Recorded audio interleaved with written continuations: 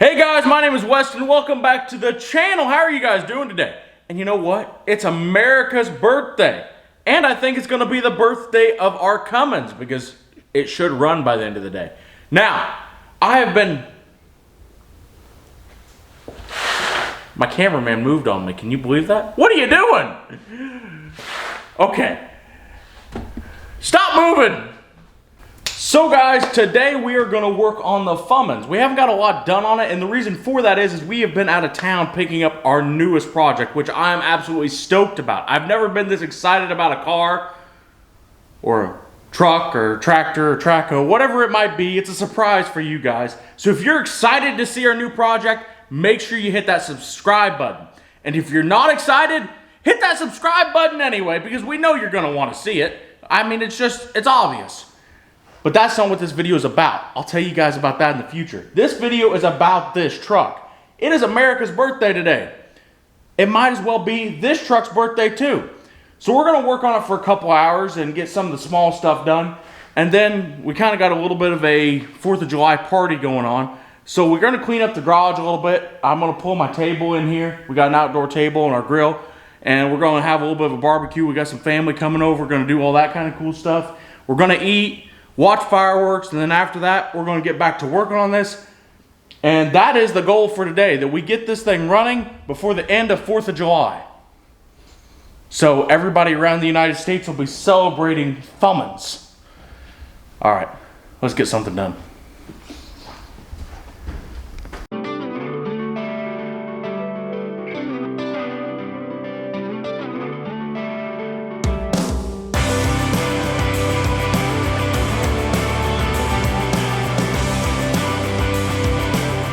So, as you guys might know, it is hot here in Kansas, extremely hot. And this fan was just not really cutting it. So we went and spent a little bit of money, hopefully for our good coolness, because it has been hotter than the devil's sauna out here. And we got us a Portacool, which is evaporative water cooler, swamp cooler. And I've never had one of these things. I've always seen them at fairs or at other people's shops because they got more money than I do. I finally decided that I needed one. Actually, yeah, my brother decided we needed one and I just didn't argue with him. So we're gonna take it out of the box, put some water in it, and see if it works. Hopefully it does. My hair is whipping in the wind from my Portacool, it's cool again. Oh God, this thing is nice. You know what, we have been battling, let me turn this down. This will be the real test of how good we can record around it. We've been battling heat in this garage all summer. I mean, it's been ridiculously hot out. This is like a baking oven because I had a thermometer, like a little laser pointer thermometer. That roof would get 115 degrees some days. And we haven't even really hit the hot season yet. It's got up to 90, 95, but it has just been miserable. And this, I've always seen everybody else have Portacools, and I wanted one of the big ones, but I thought one of the big ones would make too much noise, and they were too much money. I think these something's got a lot of grease in them. Yeah, they do. From all the bacon. There's hotter than Beyonce in a bikini. All right, so our barbecue is over. As you can tell, we still need to move our table out and our barbecuer, but we might have more food we want to cook tonight, so we haven't decided to move it out yet. Now here comes down to the treat. Now this is the part of the truck I was actually a little bit concerned about. Wiring is not my strongest suit. I can get wiring put together enough just to make stuff work, but it's not my favorite thing to do.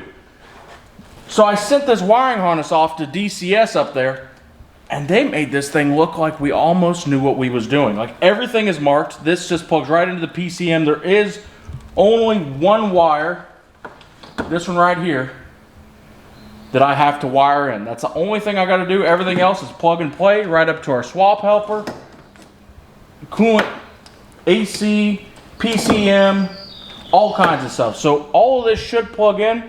We are going to have to rob some of our sensors off of our 6.4 because we want the boost gauge on the dash to work, and we also want coolant, oil pressure, oil temperature, all that stuff to work as well. So we're going to have to figure out what sensors we need to grab off that and make sure that we have all them sensors because we might not have them.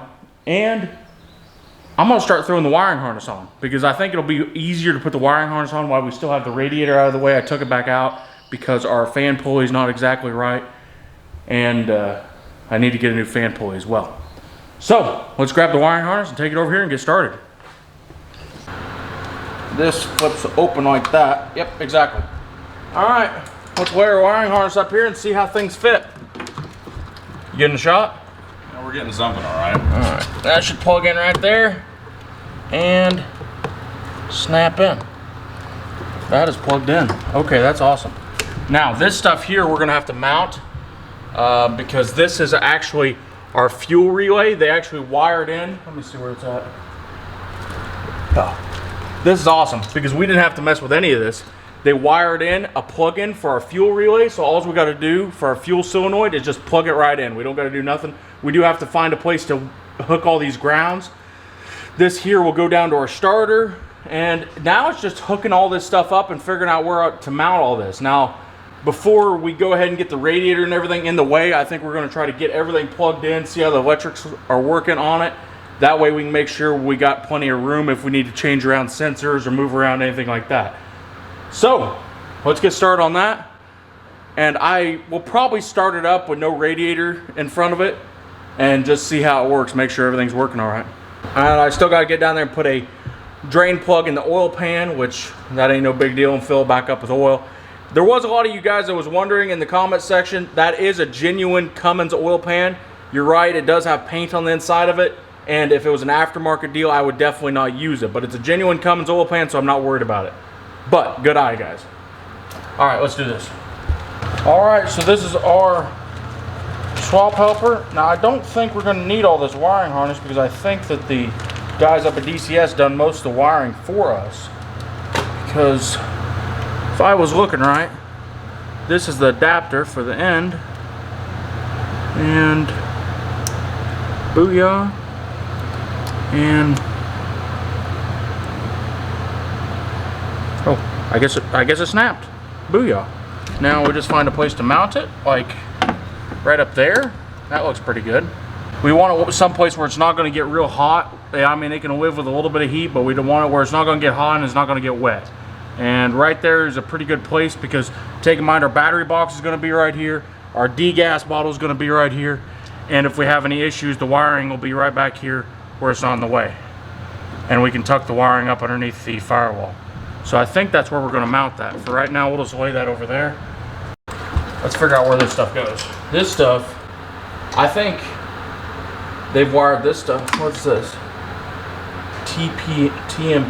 Coolant temp. Okay, that's cool.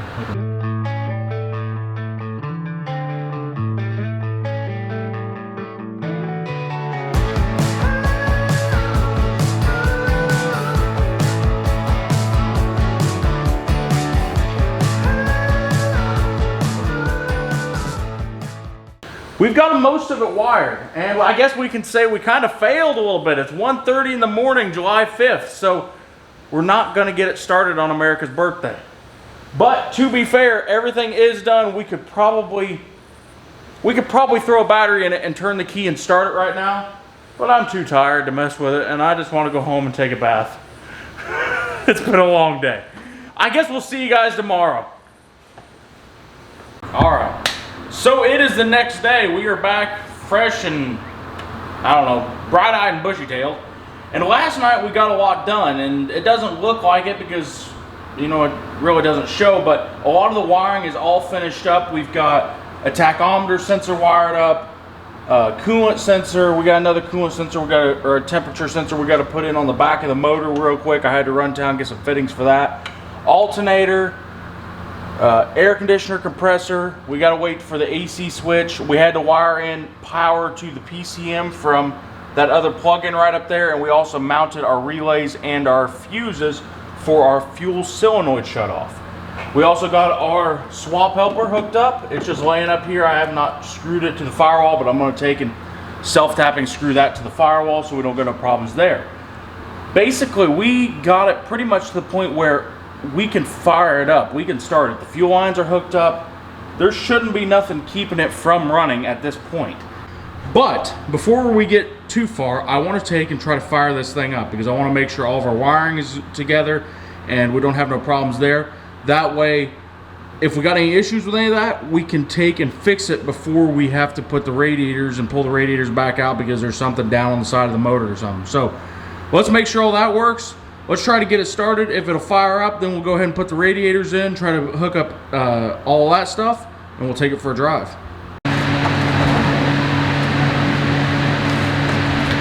We got a battery. I think we should only need one. These Cummins don't take a whole lot of power to get turned over.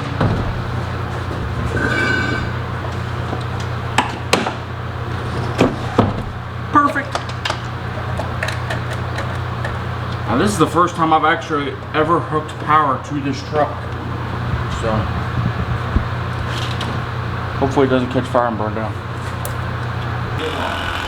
Alright, let me see. Turn key off. Ooh boy! Turn key on. Turn it off. Oh yeah, okay, that's gonna work. Alright, try it again. It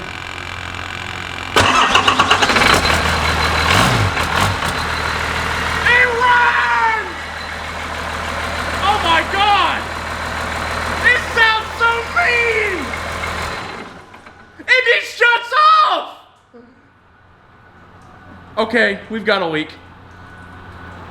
Okay, we've got a lot of leak. You know what? We dumped oil all over the ground. We dumped stuff all over the ground there, but I don't even care. It runs! Garrett, it runs! Did you hear it? This Ford makes Cummins noises. Yeah, we did dump oil all over the ground. This was our old oil pressure line, and I figured I'd leave it off just so we could know if we had oil pressure right away. Did you notice if the tach moved? All right, so we got to fire it up. Now our tachometer sensor's not working for some reason, which I don't know what that is. Maybe we got too big a gap in between the... Anyway, so we do have a couple of leaks. This one here is just from this oil pressure line. The oil pressure sending unit for the F700 was up on the firewall, and I got to get this line off and cap that line. Besides for that, we do have a fuel leak over here on the fuel return. It looks like it was kinked a little bit and it kind of broke that line open. So kind of leaked a little bit down there. And then when it fired up, the transmission built a little bit of pressure and blew tranny fluid everywhere. So that's just called a high pressure transmission flush. Is that what that is? It looks like I've just been messing around. And this is a Westen tech tip for you guys. Don't make a very big list or it just gets depressing. So you just make one that's got like 8 or 9 things on them. When you get that done, make a new list. We haven't got that list done yet, so it's kind of getting depressing. We did run into an issue, and what that is without even thinking, I took and set the air gap on the crank sensor with steel feeler gauges, which is a big no-no, I guess, because I think I messed that sensor up because now we're not getting any signal from the sensor to our swap helper. Now I've taken this apart, everything's powering up on this little box like it's supposed to, but we're just not receiving any signal from the sensor to the box. And then I took, and just to make sure there was no problem inside the wiring harness, checked ohms, all the ohms were good, but the sensor did not ohm out right. So I gotta get a new sensor tomorrow. Kinda means we ain't gonna get it to run. Anyway, a lot of you might be asking, why isn't the radiator in here? And the main reason for the radiator not being in here is just for reasons like this. If this sensor's bad, it's no problem to swap out right now. It's just 2 bolts and I just stand right here in front of the motor and do it. If the radiator and the intercooler and the AC condenser and all that stuff's up here, I gotta lean over the front, take the fan off, get down there, get it pulled out, route the wires again. It's just a lot bigger pain. So I want to take and make sure that we get all of our wiring working like it's supposed to before we take and put the radiators in for good. And then once we get them in for good, we can get our intercooler tubes, our radiator hoses, power steering, throttle, and this thing is ready to drive. I guess that's the end of the video. Next time, it should be running and driving under its own power until we figure out the transmission's bad, which, if that's the case, then we'll deal with that when it gets there. If you like the video, make sure you hit that like button. Beyonce is calling because she knows it's the end of the video and she is P-I-S-S-E-D about it. Anyway, she's like, Westen, you didn't even get that Cummins rolling out of the shop under its own power? I know, sweetheart. It's okay though. So, next time, you should see it rolling, you should see it running, and I've got about a 50% guarantee that Bob won't be pushing it. If Bob, I guarantee this, Bob won't push it out. Bob might push it back in after we take it down the road and break something, but Bob won't push it out. So, hit that like button if you like the video. Comment down below what you think of our red Cummins, or should I call it Fummins or Super D? I don't know.